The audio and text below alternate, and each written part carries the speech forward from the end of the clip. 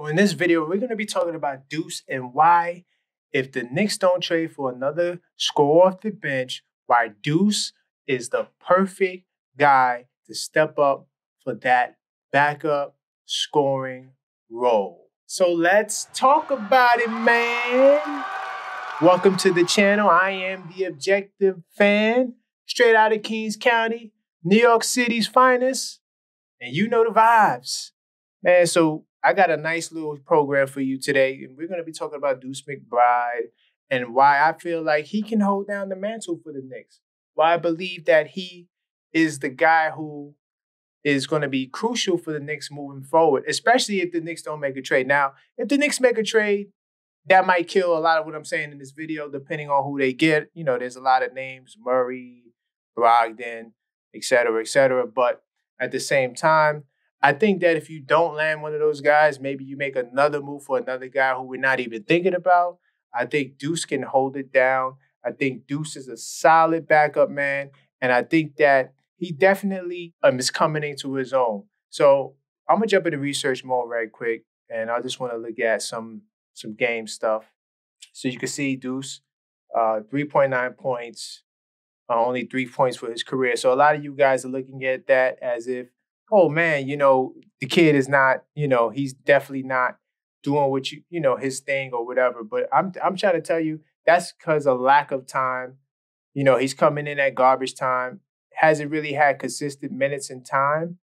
So once he gets that consistency, I think Deuce can be definitely a serviceable backup. And let me explain why I say what I say. So right now we have Basketball Reference, and we're looking at the minutes and his production, right? So as you can see, everything before here, you look at all of these stat lines, 2 points, 3 points. This is like when he wasn't even in the rotation, right? He played spot minutes because you had injuries. RJ missed games. I think Quickley missed a game. Grimes missed games. A couple of guys, you know, out injuries, things of that nature, right? So he was playing in spot minutes here. It wasn't when you get up to the trade. If we scroll down, you see here when Indiana took when the Knicks took that loss to Indiana, that's when Deuce started to get time. So shortly after that game, as you can see, Deuce's minutes and time, he was getting consistent minutes here. He played 7 minutes against Minnesota, 9 minutes against Chicago. This is him as a backup. So on one of the This Week Inside the Knicks podcast episodes, matter of fact, definitely take the time to subscribe to the channel, and you can be able to catch that on Monday mornings. I talked about Jalen Brunson, his high minutes, and I told everybody to relax because we have Duece McBride, and I honestly believe in my heart and mind and soul that Deuce can really hold down the backup point guard position, whether we make a trade or not, right? I think that we'll be solid even if we don't make a trade. So Tibbs has to grow to trust Deuce. Of course, he played 17 minutes in the Indiana game because that was the game when the trade went down. So there was, you know, you didn't have much players. That's why he got the 17 minutes. But you go after that, this is when he was consistently in the rotation as the backup point guard, right? Okay. So lack of trust yet. So then now against Philly, he gets a little bit of trust. His minutes goes up to 14 minutes. He puts up 15, right? Sorry, let me scroll down so you could actually see it because the logo was blocking. So you can see it. He puts up 15 points. And, you know, he was a plus 36 in a blowout. And he got a little bit more time because it was a blowout. And he also had 4 assists. So Tibbs sees that. All right, I'm going to give you another 13 minutes in the next game. Let's see what you can do. Give Brunson a little bit more rest, right? So against Washington, okay, he didn't have the greatest game, just 5 points because he's still getting adjusted, but he did have 5 assists. So this is the thing that you have to understand about Deuce. Doesn't need to score to be effective. I'm going to talk more about that in a couple of future videos. probably the next short video, longer style video, not a short, but like, one of my 10-minute videos. I'm going to talk about the Knicks and how the core of guys they put together, basically a bunch of Deuce McBrides, OG Ananobis, Josh Harts, guys that don't need to score to be effective. So even if they have a bad shooting night, like one of the knocks on Quickley and RJ was that if they had a bad shooting night, they were completely rendered kind of like ineffective because they weren't really assist men like that. RJ can grab rebounds, but wasn't really a dominant rebounder during his tenure, especially this year with the Knicks. His rebounding numbers dropped, but that's the type of players the Knicks have on this team.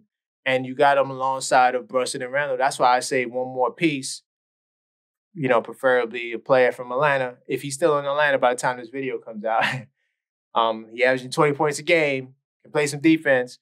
I think he would be the perfect addition to the team. So that's why I like Deuce, is because even if he's not shooting well, like you see here, 2 for 6, I got it highlighted. I could actually zoom in a little bit more.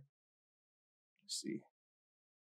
So you can see a bigger picture, but, he's effective even when he's not scoring.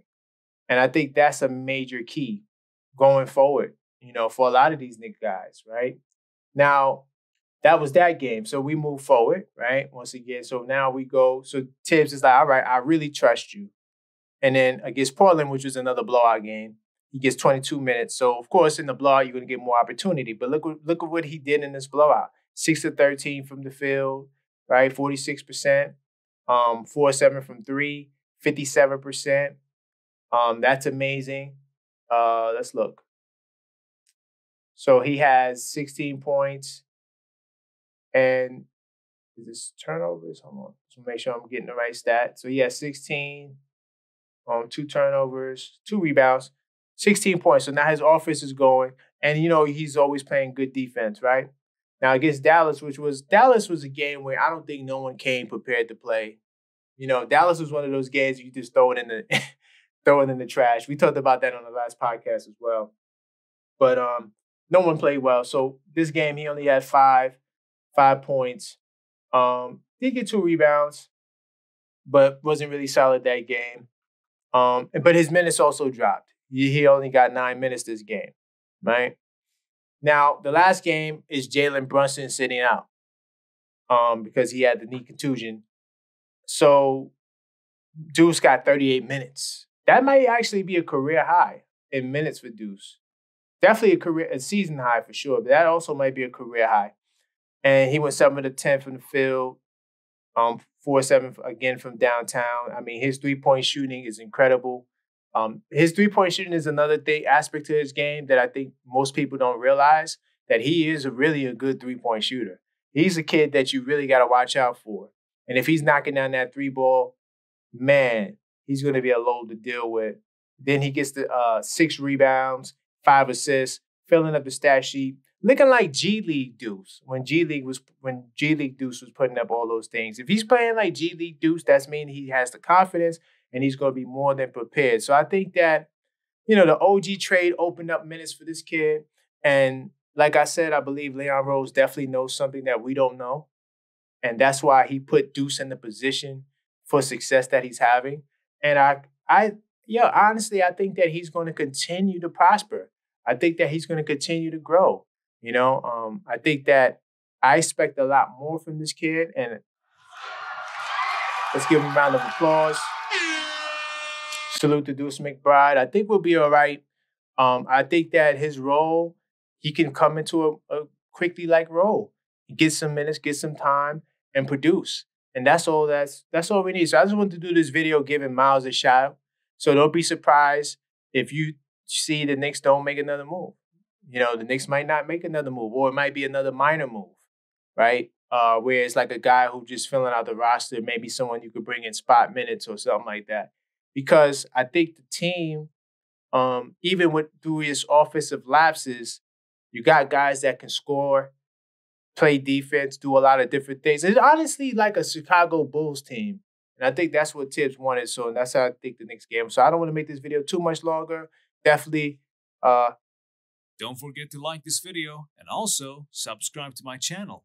Yes, you can hear. Please subscribe. I'm the Objective Fan. Got more content coming for you. And until next time, let's go Knicks. The live playbacks are back. We're going to be going in for 2024, the remaining games in the season. You know how the games come on national TV, and you know they don't do us a service. Man, definitely take the time out to check out the games with your boy, the Objective Fan. I will be doing the live commentary. You watch on mute, I watch on mute. We watch the game together. I give you the live commentary, and then we got the games schedule listed right next to me. Definitely feel free, subscribe to the channel. Our first game will be against the Nets. That'll be January the 23rd at 7:30 p.m. Eastern Standard Time. Be right here to watch the game with me, and we're going to rock out right.